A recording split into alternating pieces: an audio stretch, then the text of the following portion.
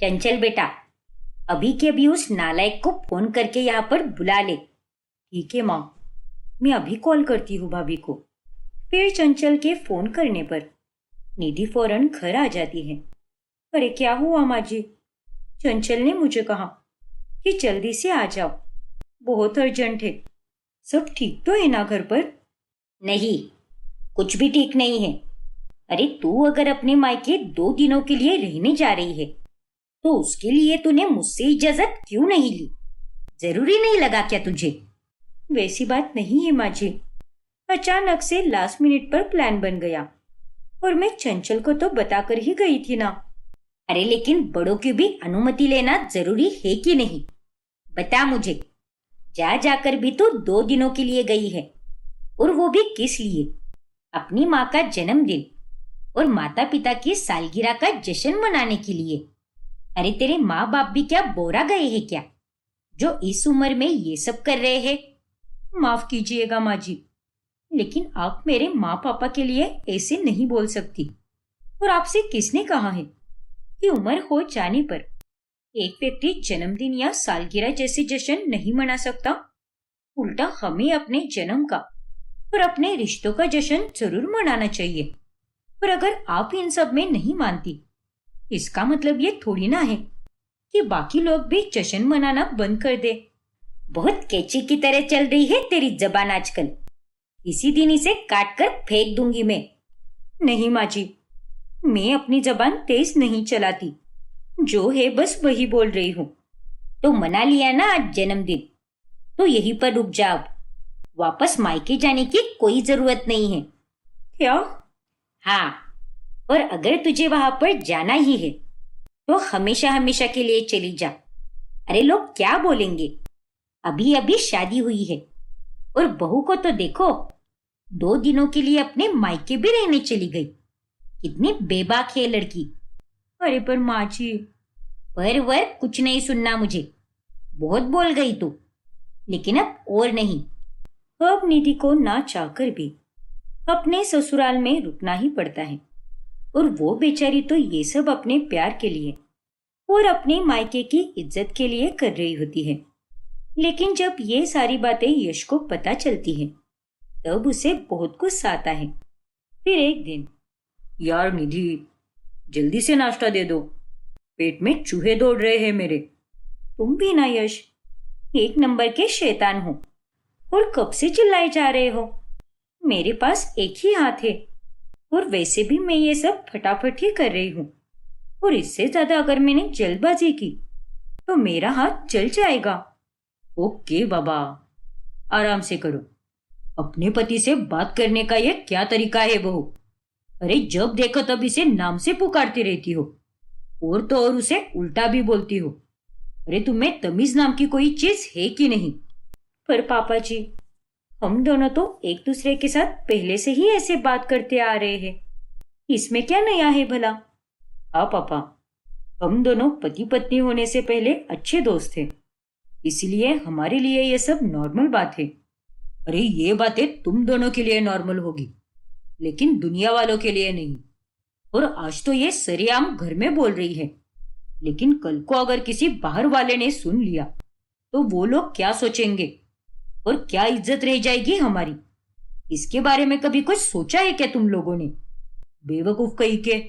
और बहू, एक पत्नी को हमेशा अपने पति को इज्जत देनी पड़ती है, यही हमारे संस्कार हैं, क्योंकि पति किसी भगवान से कम नहीं होते। सुमित्रा बिल्कुल सही कह रही है, लेकिन पापा, इज्जत देने के लिए किसी को जी कहकर पुकारना जरूरी है क्या? एग्जैक्टली पापा, अगर मैं यश को उसके नाम से पुकारती हूँ तो इसका मतलब ये थोड़ी ना होता है कि मैं उसका अपमान कर रही हूँ। मेरे दिल में तब भी उसके लिए उतनी ही इज्जत होगी और उतना ही प्यार भी होगा। और अगर इज्जत देनी ही है तो सिर्फ पत्नी ही क्यों दे? पति को भी अपनी पत्नी का नाम नहीं लेना चाहिए ना फिर? हाँ पापा, निधि की बातों में भी दम है। अरे तुम दोनों अपना ये फालतू का ज्ञान कहीं और जाकर देना, यहाँ पर नहीं। इस घर में जो मैंने कहा है वही होगा, और बिना सफाई दिए चुपचाप इसे अपनी जिंदगी में लागू करो। बाकी मैं कुछ नहीं जानता। क्योंकि मुझे मेरी इज्जत बहुत प्यारी है। इतना कहकर प्रताप वहां से चला जाता है और यश और निधि को बहुत गुस्सा आता है। फिर एक दिन, नहीं बेटा, कुछ तो बात है जो तू मुझसे छुपा रही है। उस दिन भी तू अचानक से ससुराल चली गई और वापस आई भी नहीं। माँ हूं मैं तेरी, और अब तो तेरी आवाज सुनकर ही मुझे साफ समझ आ चुका है कि तू किसी बहुत बड़ी चिंता में है। अरे नहीं माँ, सच में ऐसा कुछ भी नहीं है। आप खामखा कुछ ज्यादा ही सोच रही हो। मैं यहाँ पर बहुत खुश हूँ और यहाँ पर सब कुछ एकदम कुशल मंगल है। और रही बात उस दिन की, तो उस दिन वाकई में माँ जी की तबीयत बहुत खराब हो गई थी और इसी कारण मैं आपके और पापा की सालगिरह में नहीं आ पाई। ठीक है बेटा, अगर तू इतना कह रही है तो मान लेती हूँ मैं तेरी बात। लेकिन बेटा, अगर कोई भी बात हो तो मुझे बेझिझक होकर बताना। ये मत सोचना कि माँ को परेशानी होगी या कुछ और होगा। तेरी ये माँ हमेशा तेरे साथ खड़ी रहेगी, फिर चाहे कुछ भी हो जाए। हाँ माँ, मैं जानती हूँ और ये बात आपको बताने की कोई जरूरत नहीं है, क्योंकि आप दुनिया की सबसे अच्छी माँ हो। फिर निधि की बात पूरी होने पर, ये सब क्या है निधि? तुम माँ जी से झूठ क्यों बोल रही हो? मैं सब देख पा रहा हूँ कि तुम इस घर में कितनी मुश्किलों के साथ जी रही हो, और वो भी सिर्फ मेरे प्यार के कारण। मेरे माँ पापा के कारण तो तुम्हारे सपनों पर फुल स्टॉप लग गया है। नहीं यश, मैं मुश्किलों के साथ नहीं जी रही हूँ और ना ही मैंने अपने सपनों पर फुल स्टॉप लगा दिया है। देखना तुम, मैं अपना सपना पूरा करके ही रहूंगी। पर फिलहाल मेरी जिंदगी में कुछ ऐसी चीजें हैं जिन्हें मुझे पहले ठीक करना है, और तभी मैं अपने सपनों पर ठीक से काम कर पाऊंगी। और वो चीज है माँ जी और पापा जी का दिल जीतना। नहीं निधि, अरे इतने सालों से ये लोग नहीं सुधर पाए, तो अब क्या खाक सुधरेंगे? माफ कर दो, मुझसे शादी करके तुम्हारी जिंदगी खराब हो गई है। अरे पागल हो गई हो क्या तुम? उल्टा तुमसे शादी करने के बाद तो मेरी जिंदगी में ढेरों खुशियां आई है। कुछ भी बोलते रहते हो। देखो, जो कुछ भी हो रहा है वो बस जीवन का एक पड़ाव है, और ये पड़ाव भी हम पार कर लेंगे। ऐसे ही एक दिन, जब निधि मोहल्ले वाली सहेलियों के साथ किटी पार्टी जाकर घर लौटती है, तभी, अरे अब आ रही है तू? बहुत किट्टी पार्टी की जा रही है आजकल। हाँ माँ जी, अब वो मोहल्ले में नई सहेलियां बनी है ना, तो हम सब ने तय किया था कि एक कैफे में जाकर किटी पार्टी करेंगे। और सच में माँ जी, हमें बहुत मजा आया। आज तो तू चली गई, लेकिन दोबारा मत जाना, समझी कि नहीं? लेकिन क्यों माँ जी? अब इसमें क्या दिक्कत है भला? अरे इसमें यह दिक्कत है कि मैं ये बिल्कुल भी नहीं चाहती कि तू इस मोहल्ले के लोगों के करीब जाए, क्योंकि एक बार अगर तू उन लोगों के करीब हो गई तो इस घर की बात बाहर जाने में एक मिनट भी नहीं लगेगा, और ये बात मुझे या तेरे पापा जी को बिल्कुल भी नहीं चलेगी। ओफो माँ जी, लेकिन मैं थोड़ी ना किसी को जाकर कुछ बताने वाली हूँ। अरे सास, मैं हूं या तू है? हर बात में बस अपनी ही चलाती हुई तुझे शर्म नहीं आती क्या? सब लोगों से एक दायरा बनाकर रख, और इतना भी किसी में मत घुस कि वो तेरे लिए या हमारे लिए एक दिन नुकसानदायक साबित हो। सुमित्रा के इस तरह की बातें सुनकर निधि खड़ी की खड़ी रह जाती है। फिर एक दिन, अरे भाभी, आप मुझे बाद में सैंडविच बनाकर दे सकती हो क्या? मुझे आपके हाथ का बना कुछ खाने की बहुत इच्छा हो रही है। अरे हाँ हाँ, क्यों नहीं चंचल, बस ये सिलाई का काम निपटा लो। मैं अपनी पुरानी साड़ी का ड्रेस बना रही हूँ और बस थोड़ा ही बचा है। फिर ये करने के बाद मैं तुम्हें बना कर देती हूँ। चलेगा ना? हाँ भाभी, चलेगा। वैसे भाभी, ये ड्रेस तो आपने बहुत सुंदर बनाया है, और इसे देखकर तो लग भी नहीं रहा कि ये ड्रेस किसी पुरानी साड़ी से बनाया गया है। सच में भाभी, आपकी कला का तो कोई जवाब नहीं। एकदम कमाल की कलाकार हो आप। शुक्रिया चंचल। वैसे अगर आप नौकरी करोगे और इस कला को अपने काम में बदलोगे तो आपको पैसे मिलेंगे ना? हाँ चंचल, लेकिन अब माँ जी और पापा जी के कहने पर मैं घर पर ही रहती हूँ। पर फिर भी मैं हार नहीं मानूंगी। और तुम्हें पता है, मैंने कुछ एजेंसीज के लिए भी अप्लाई किया है जो वर्क फ्रॉम होम का काम देती है। अब देखती हूँ क्या होता है आगे। अच्छा, वैसे तुमने भी अपनी पढ़ाई पूरी की है तो तुम्हें भी कुछ काम करना चाहिए चंचल।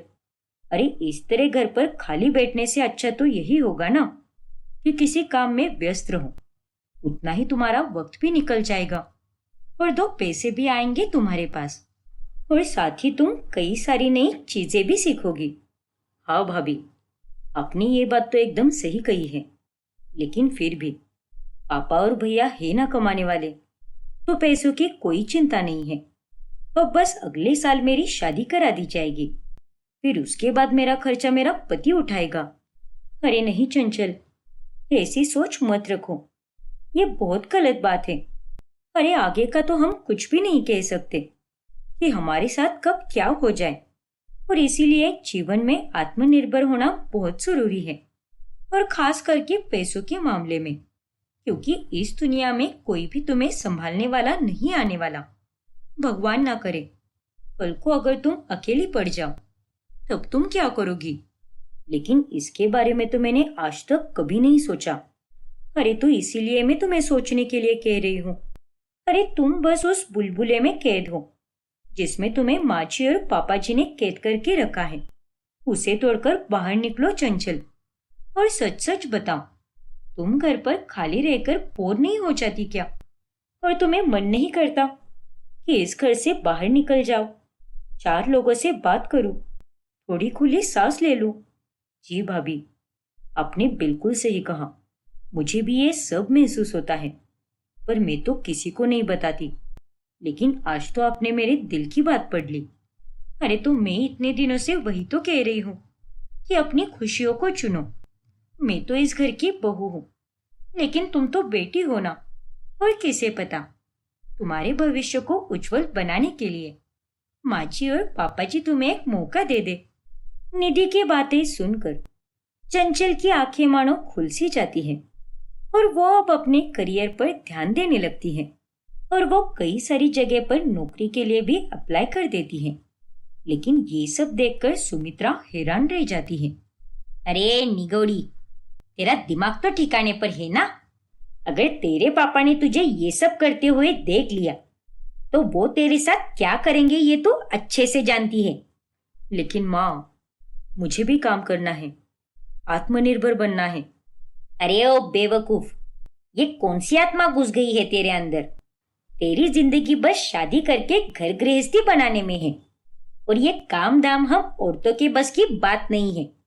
अब चल, चुपचाप अपने कमरे में जा, और खबरदार जो किसी और जगह पर अपना रेज्यूमे भेजा तो तुझे मेरी कसम बेटा। क्या?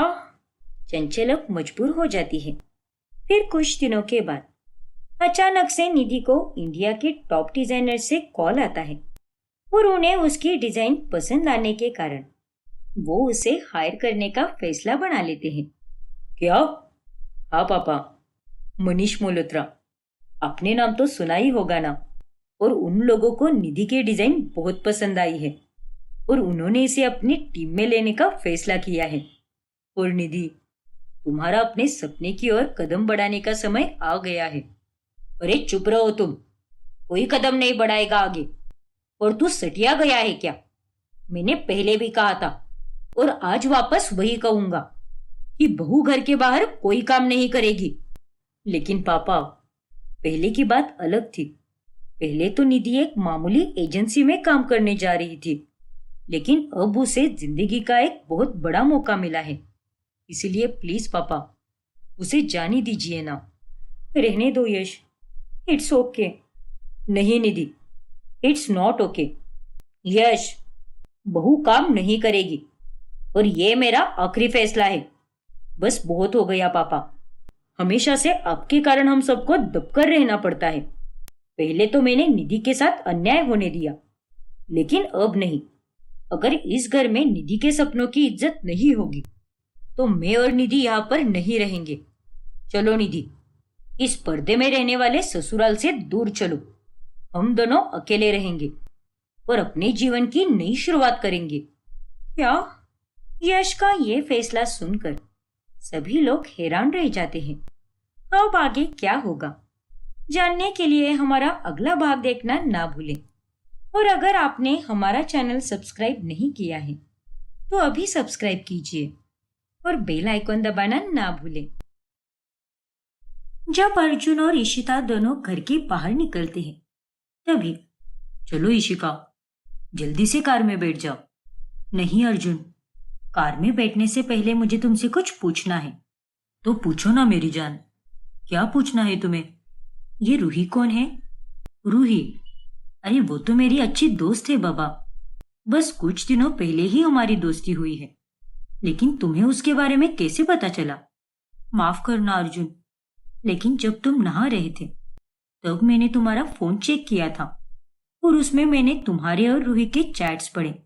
अब बताओ मुझे, अरे ऐसी कौन सी दोस्त होती है जो अपने दोस्त से ये सब पूछती है कि तुमने खाना खाया कि नहीं, तुम्हें मेरी याद आती है कि नहीं? अरे वो तो दिन में तुम्हें 50 बार मैसेज करती है। अरे मेरे भी कई सारे लड़के दोस्त हैं, लेकिन वो मुझसे इस तरह से बात कभी नहीं करते। और इस तरह से तो बस एक गर्लफ्रेंड और बॉयफ्रेंड ही बात करते हैं। अरे नहीं इशिका, ये तुम क्या कह रही हो? ऐसा कुछ भी नहीं है। रूही और मैं तो बस अच्छे दोस्त थे और कुछ नहीं। और रही बात रूही इस तरह से बात क्यों करती है, तो मैं तुम्हें बता दूं कि उसका स्वभाव ही वैसा है। वो राह चलते इंसान के साथ भी इतने ही प्यार से बात करती है क्योंकि उसका कोई दोस्त नहीं है। बेचारी बहुत दर्द में रहती है, इसीलिए जिससे भी मिलती है उन पर ढेर सारा प्यार लुटाती है। इसीलिए कह रहा हूं, तुम अपने दिमाग में ये सारे ख्याल मत लाओ। ठीक है अर्जुन, अगर ऐसा ही है तो मुझे कोई दिक्कत नहीं। मुझे तो ये लगा था कि तुम दोनों के बीच कुछ चल रहा है, इसीलिए मैंने तुमसे पूछा। कोई बात नहीं इशिका, तुम्हारा ये शक करना भी जायज है, लेकिन रूही बहुत अलग लड़की है। और सच कहो तो आज तक मैं रूही जैसी लड़की से कभी नहीं मिला। अर्जुन के इस तरह से समझाने पर इशिका का शक दूर हो जाता है। फिर एक रोज रूही अर्जुन को बहुत महंगे तोहफे देती है। ये सब क्या है रूही? तुमने कितने महंगे तोहफे लाए हैं? और आज तो कोई खास दिन भी नहीं है, फिर ये सब तुमने क्यों लाया है? अरे ये तोहफे तो मैंने तुम्हें ऐसे ही दिए हैं, और तोहफों को देने के लिए किसी खास दिन का इंतजार नहीं करना चाहिए। कभी कभी बेवजह भी देना चाहिए। और प्लीज अर्जुन, तुम ये बिल्कुल भी मत देखो कि ये कितने सस्ते हैं या फिर महंगे हैं। प्लीज इन्हें रख लो, बड़े प्यार से लाया है मैंने। लेकिन रूही, लेकिन मैं कुछ भी नहीं सुनना चाहती। मेरे तोहफों को स्वीकारो, वरना मैं तुमसे नाराज हो जाऊंगी। अब बताओ, तुम मुझे खुश देखना चाहते हो या नाराज देखना चाहते हो? ओफो रूही, तुम भी ना बहुत जिद्दी हो। अच्छा ठीक है, रख लेता हूं मैं ये सारे तोहफे। अब तो खुश हो ना? हाँ अर्जुन, अब तो मैं बहुत खुश हूँ।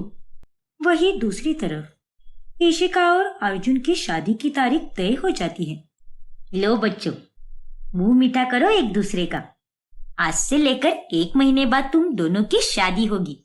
क्या कहा? हमारे पास केवल 1 महीने का ही समय है। लेकिन माँ, इतने कम समय में इतनी सारी तैयारियां कैसे हो पाएगी? आप फिक्र मत कीजिए भैया, इशिका भाभी की आधी तैयारी तो पहले ही हो चुकी है। हाँ बेटा, और रही बात हम मर्दों की, तो हमारी क्या ही तैयारी होती है। 1 दिन में ही तेरी सगाई से लेकर शादी तक की मैं सारी तैयारी कर दूंगा, तू बेफिक्र रहे। ओके पापा। शादी के कार्ड इसी हफ्ते आ जाएंगे, बड़े ही सुंदर बने हैं। तुम दोनों को भी वो कार्ड बहुत पसंद आएंगे। क्या बात है आंटी, आपका काम तो एकदम तेज है। अच्छा हुआ जो आपने सारा काम अपने हाथ में ही ले लिया, वरना अर्जुन तो कछुए से भी धीरे करता सारी तैयारियां। आपने बिल्कुल सही कहा भाभी। हाँ हाँ हंस लो। अरे शादी के पहले ही तुमने अपनी टीम बदल ली, देख लूंगा तुम्हें बाद में। फिर जब शादी के कार्ड छपकर आते हैं तभी सभी लोग बहुत खुश हो जाते हैं। और तभी, ओह नो, मैं तो भूल ही गया, आज शाम को मुझे रूही से भी मिलना है।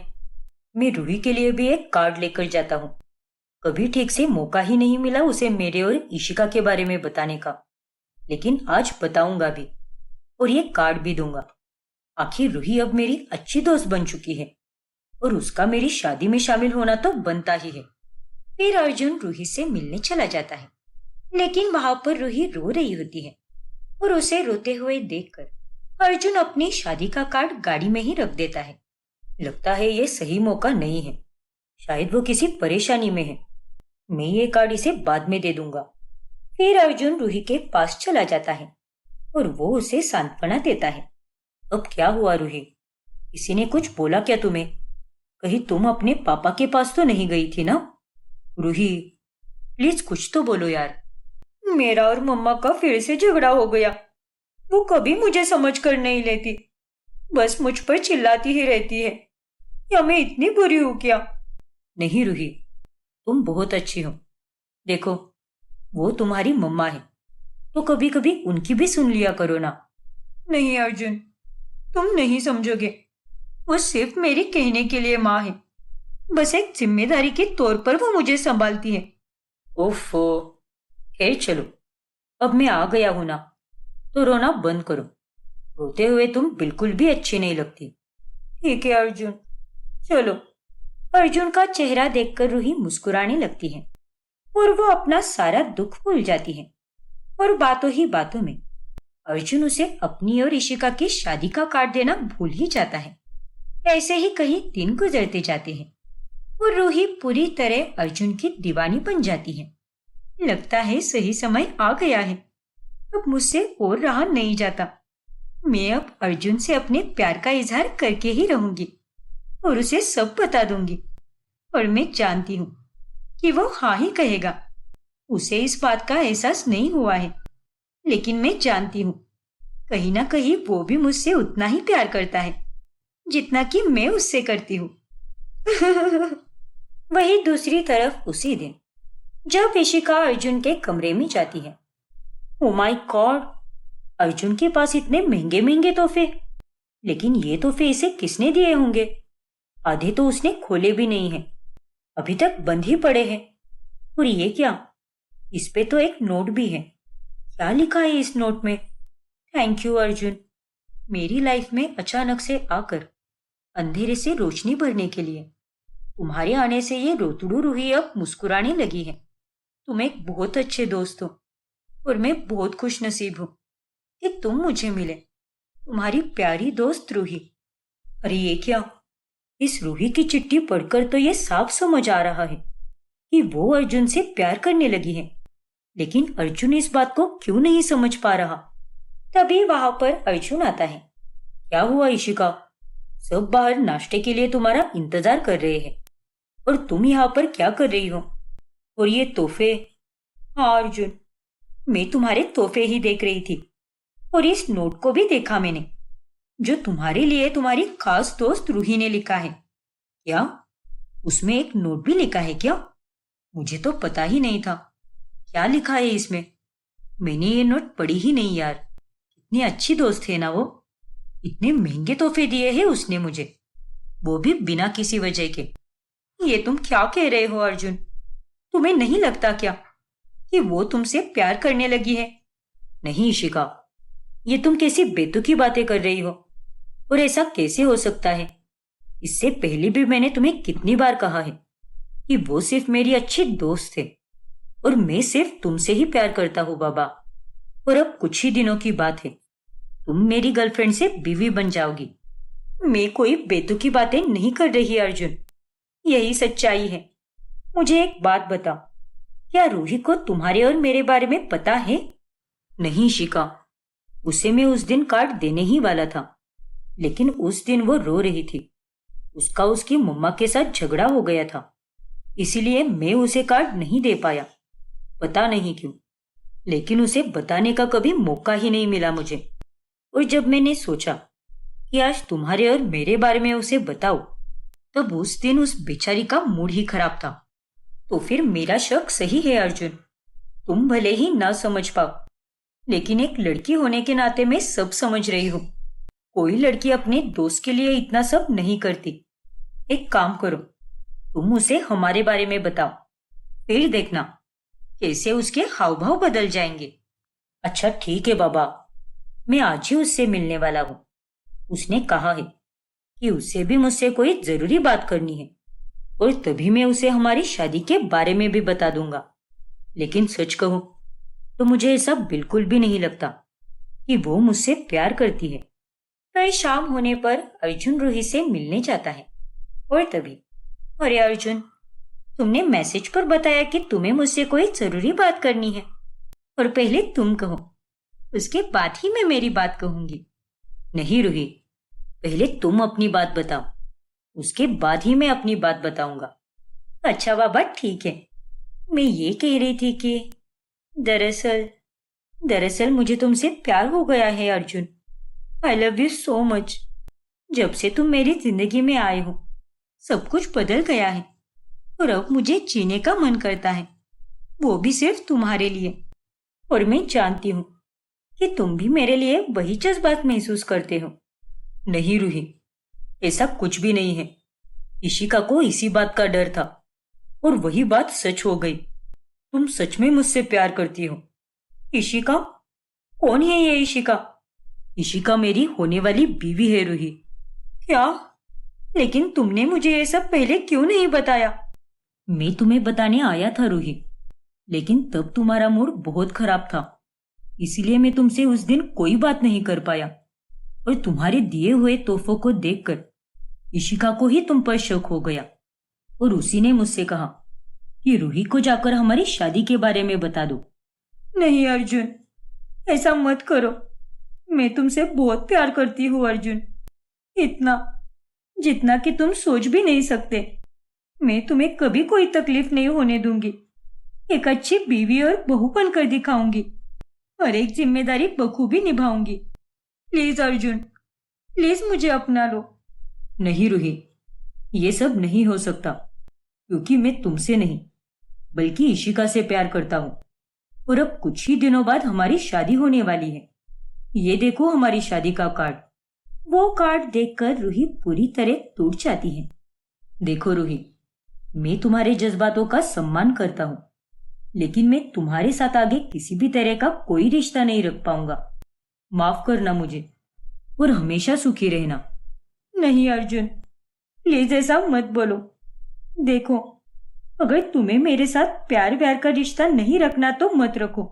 भूल जाओ कि मैं तुमसे प्यार करती हूँ, लेकिन मुझसे बातचीत करना बंद मत करो अर्जुन। मेरे साथ दोस्ती रखो प्लीज अर्जुन। मैं तुम्हारे सामने हाथ जोड़ती हूँ, तुम्हारे पैर पड़ती हूँ, लेकिन मुझे छोड़कर मत जाओ अर्जुन। शांत हो जाओ रूही और प्लीज मेरे लिए सब कुछ और मुश्किल मत करो। हम दोनों के अलग होने में ही हमारी भलाई है। इतना बोलकर अर्जुन वहां से चला जाता है। अर्जुन, रुक जाओ ना अर्जुन, प्लीज मत जाओ। अर्जुन के जाने के बाद रूही की हालत अब बहुत खराब हो जाती है। वो दिन रात उस तक पहुंचने की बहुत कोशिश करती है, लेकिन वो हर तरफ से उसे ब्लॉक कर देता है। फिर अर्जुन और इशिका की शादी के एक दिन पहले अचानक से इशिका गायब हो जाती है और सभी लोग उसे ढूंढने लगते हैं। भैया, मैंने हर जगह ढूंढा भाभी को, लेकिन वो मुझे कहीं नहीं मिली। हे भगवान, बस इशिका सही सलामत हो। लेकिन ऐसे अचानक से वो गायब कैसे हो सकती है? उसका फोन भी घर पर है। मुझे भी कुछ समझ नहीं आ रहा पापा। 24 घंटे पूरे होने में 2 घंटे ही बचे हैं और उसके बाद ही पुलिस कंप्लेंट लेंगे। उतने में अर्जुन को एक अननोन नंबर से वीडियो कॉल आता है और वो उस कॉल को उठा लेता है। तभी सभी देखते हैं कि रूही ने इशिका को किडनैप किया हुआ है और उसके सर पर बंदूक तानी हुई है। ये नजारा देखकर सभी बहुत घबरा जाते हैं। इशिका, ये तुम क्या कर रही हो रूही? छोड़ दो मेरी इशिका को। देखो अर्जुन, अगर तुम चाहते हो कि इशिका जिंदा रहे तो फिर आज के आज ही तुम्हें मुझसे शादी करनी होगी, वरना मैं इसे मार दूंगी। क्या? अब आगे क्या होगा जानने के लिए हमारा अगला भाग देखना ना भूलें। और अगर अब तक आपने हमारा चैनल सब्सक्राइब नहीं किया है तो अभी सब्सक्राइब कीजिए और बेल आइकॉन दबाना ना भूलें। नहीं माँ, ये नहीं हो सकता। अमित ने ऐसे कैसे सारे प्रोड्यूसर्स को कह दिया कि वो मेरे साथ अब कोई फिल्म नहीं करेगा। अम्मा, वो तो मुझसे मिला भी नहीं है, ना हमारी कोई बातचीत हुई है, और इस बात को 1 हफ्ता होने आया है। हे भगवान, मुझे जिस बात का डर था वही हुआ। अमित ने आखिरकार अपने परिवार को ही चुना। उसने अपने परिवार वालों का सुनकर तेरे साथ फिल्में ना करने का फैसला लिया है। नहीं माँ, वो मुझे ऐसे नजरअंदाज नहीं कर सकता। मैं उसकी बेबी हूँ, हमारी शादी हुई है। रेखा, रेखा रुक जा बेटा, कहाँ जा रही है? रेखा। रेखा रोते रोते बाहर चली जाती है। भगवान जी, बस मेरी बेटी के जीवन में फिर से दुखों के काले बादल न गरज पड़े। उसने बचपन से बहुत दुख झेला है, उसे और दुख मत दीजिए। रेखा अमित तक अलग अलग जरियों से पहुंचने की बहुत कोशिश करती है, लेकिन हर बार वो असफल रहती है। अमित, तुम कहाँ चले गए हो? लौट आओ मेरे पास अमित, प्लीज अमित। वही दूसरी तरफ अमित को भी रेखा की बहुत याद आती है, लेकिन वो एक पति, पिता और बेटे होने की जिम्मेदारियों में बनकर रह जाता है। खाना खा लो अमित, ठंडा हो रहा है। आज मैंने तुम्हारी पसंदीदा सब्जी बनाई है। नहीं जया, मुझे एसिडिटी हो गई है, इसीलिए मैं खाना नहीं खा पाऊंगा। Good night. पर अमित बिना खाए ही अपने कमरे में चला जाता है। और अब जया दिन रात अमित के इर्द गिर्द ही रहती है, जिस कारण वो चाहकर भी किसी तरह रेखा तक नहीं पहुंच पाता। ये जया तो दिन के 8 पैर मुझ पर नजर रखी हुई है। बेचारी रेखा, ना जाने वो मेरे बारे में क्या सोच रही होगी। रो रो कर उसका बुरा हाल हो गया होगा। दूर कहीं चांद निकला होगा, दूर कहीं समंदर ने सूरज को निगला होगा। रोज इस मौत का नजारा देखती हूँ मैं, रोज हजारों मौत फिर जीती हूँ मैं। ऐसे ही 1 महीने तक चलता है और फिर जया की तबीयत खराब होने के कारण वो घर पर आराम करने लगती है, जिसके बाद अमित अब बाहर बिना चिंता के जाने लगता है। अब ना तो जया किसी को मेरे साथ भेजेगी और ना ही कॉल करके मुझे परेशान करेगी, और अब जाकर मैं रेखा से मिल पाऊंगा। फौरन अमित रेखा के घर पहुंचता है और उसे अपने घर आए हुए देखकर रेखा तुरंत उसके गले पड़कर रोने लगती है। तुम आ गए अमित, मुझे पूरा विश्वास था कि तुम जरूर आओगे, क्योंकि हमारा प्यार सच्चा है। हाँ रेखा, रो मत और बस करो। ये लो, ये पानी पियो। फिर अमित रेखा को सारी बातें बताता है कि आखिर वो उससे दूर क्यों रहा। मुझे माफ कर दो रेखा, मैं तुमसे दूर रहा। तुम्हें लगा होगा कि मैं कितना बुरा आदमी हूँ, लेकिन ऐसा बिल्कुल नहीं है रेखा। रहने दो अमित, कोई बात नहीं, और प्लीज तुम माफी मत मांगो। मैं समझ सकती हूँ कि तुम्हारी इन सब में कोई गलती नहीं है, लेकिन अब जब तुम मेरे पास वापस आ गए हो तो इससे बढ़कर मेरे लिए और क्या हो सकता है। पिछले 1 महीने में हर दिन मौत के समान था मेरे लिए, लेकिन अब तुम्हारे आने से वो सारा दर्द एक पल में ही गायब हो चुका है। देखो रेखा, मैं तुम्हें यहाँ पर एक जरूरी बात बताने आया हूँ। जरूरी बात? कहो ना अमित। अब से मैं तुमसे ज्यादातर दूर ही रहूंगा, क्योंकि काम, बच्चे और परिवार, इन सबको संभालते संभालते मैं तुम्हें ठीक से वक्त नहीं दे पाऊंगा, और उससे तुम्हें बहुत दुख होगा। इसीलिए मैं तुम्हें पहले ही बता दे रहा हूँ। दूर रहोगे का क्या मतलब है? हम कोई दोस्त नहीं है अमित, मियाँ बीवी है, तो तुम ऐसे कैसे कह सकते हो? देखो रेखा, मैं तुमसे ये नहीं कह रहा कि मैं तुम्हें छोड़कर जा रहा हूँ। हम तो बस कम मिला करेंगे और कुछ नहीं।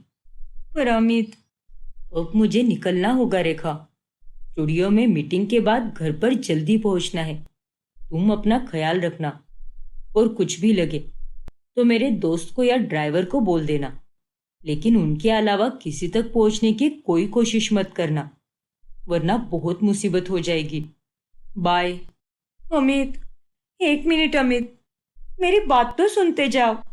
अमित जल्दबाजी में वहां से चला जाता है और गाड़ी में जाते वक्त वो अपने आप से कहता है, मुझे माफ कर दो रेखा, तुमसे दूर रहना तो मुझे भी गवारा नहीं है, लेकिन मैं भी मजबूर हूँ। अब अमित से दूर रहने के कारण रेखा बहुत उदास रहने लगती है, जिस कारण उसकी तबीयत खराब होने लगती है। ऐसे ही समय बीतता जाता है और अमित और रेखा के बीच काफी दूरियां बढ़ जाती है। फिर जनवरी 1980 में जब रेखा ऋषि कपूर और नीतू सिंह की शादी में गई होती है, तभी उसकी मांग में सिंदूर देखकर सभी लोग हैरान रह जाते हैं। अरे वो देखो, रेखा की मांग में सिंदूर, कहीं इसने शादी तो नहीं कर ली? अरे मुझे तो ये लगता है कि इसने अमिताभ बच्चन के साथ चुपके से शादी कर ली है। आखिर इन दोनों का प्यार किसी से छुपा है क्या? अमित के परिवार वाले भी रेखा को वहां पर देखकर बहुत ज्यादा चौंक जाते हैं। फिर घर जाने के बाद खबरें आने लगती हैं कि रेखा की मांग में अमित के नाम का सिंदूर है और उन दोनों ने चुपके से शादी कर ली है। अमित, रेखा की मांग में तुम्हारी नाम का सिंदूर है? क्या तुम दोनों ने सच में चुपके से शादी की है? क्या ये कैसी बकवास भरी बातें कर रही हो तुम जया? जो मन में आए बकती जा रही हो। आप लोगों ने कहा कि उसके साथ फिल्में मत करो, तो मैंने आपकी बात मान ली, और अब जब फिर से उसकी कोई नई खबर आई है तो आ गए मुझ पर बरसने। झूठ मत बोल अमित, उसके करीबी लोगों से और रिपोर्टर के द्वारा ये बात सामने आई है। अमित, सच को स्वीकार क्यों नहीं कर लेते तुम? लेकिन बाबूजी, जब ये सब सच है ही नहीं तो मैं भला इसे स्वीकार क्यों करूं? बताइए आप। अरे अगर उसने अपनी मांग में सिंदूर लगाया है तो उसकी शादी किसी और के साथ हुई होगी ना। आज जाके सब मुझे और उसे लेकर झूठी बातें बनाते रहते हैं। रेखा ने मीडिया में ये बयान दिया है कि वो सिंदूर इसीलिए लगाती है क्योंकि उसके गांव में कुंवारी लड़कियां भी सिंदूर लगा सकती हैं। मुझे तो सच कुछ समझ ही नहीं आ रहा कि आखिर सच क्या है और झूठ क्या है, और मुझे तो ऐसा महसूस हो रहा है कि मैं तो इन सब में फंसती जा रही हूँ। नहीं जया, अब तुम चाहे मानो या ना मानो, लेकिन यही सच्चाई है कि मैं बस तुमसे ही प्यार करता हूँ, और मैं तुम्हें बाबूजी और माँ के सामने वचन देता हूँ, चाहे कुछ भी हो जाए, मैं मरते दम तक तुम्हारा साथ कभी नहीं छोड़ूंगा और हम दोनों कभी अलग नहीं होंगे। अमित, मैं तो हमेशा ही तुम्हारी आंखों में अच्छाई और प्यार देखती हूँ, लेकिन पिछले कुछ सालों में ना जाने क्यों मेरे मन को ये सारी बातें सच लगने लगी है। लेकिन अब तुम्हारे इस वचन को सुनकर मुझे बहुत अच्छा लगा, क्योंकि तुम बाबूजी के बेटे हो और अपने वचन से कभी नहीं मुकरोगे। शुक्रिया अमित। इस तरह अमित वचन देकर जया को शांत कर देता है, लेकिन जया के दिमाग से अभी भी रेखा गई नहीं थी। कोई चाहे कितना भी कह ले, लेकिन पिछले कुछ सालों में हुए किस्सों के बाद ये साफ समझ आता है कि अमित और रेखा दोनों के बीच में प्यार हुआ, पर अब अमित माची और बाबूजी के दबाव में आकर और एक पिता होने के नाते अपने और रेखा के रिश्ते को भूल रहा है, जो कि बहुत अच्छी बात है। लेकिन अब मुझे ये बात रेखा को भी ठीक से बतानी होगी, तब जाकर ही वो भी चुप हो जाएगी और वो दोनों हमेशा हमेशा के लिए अलग हो जाएंगे।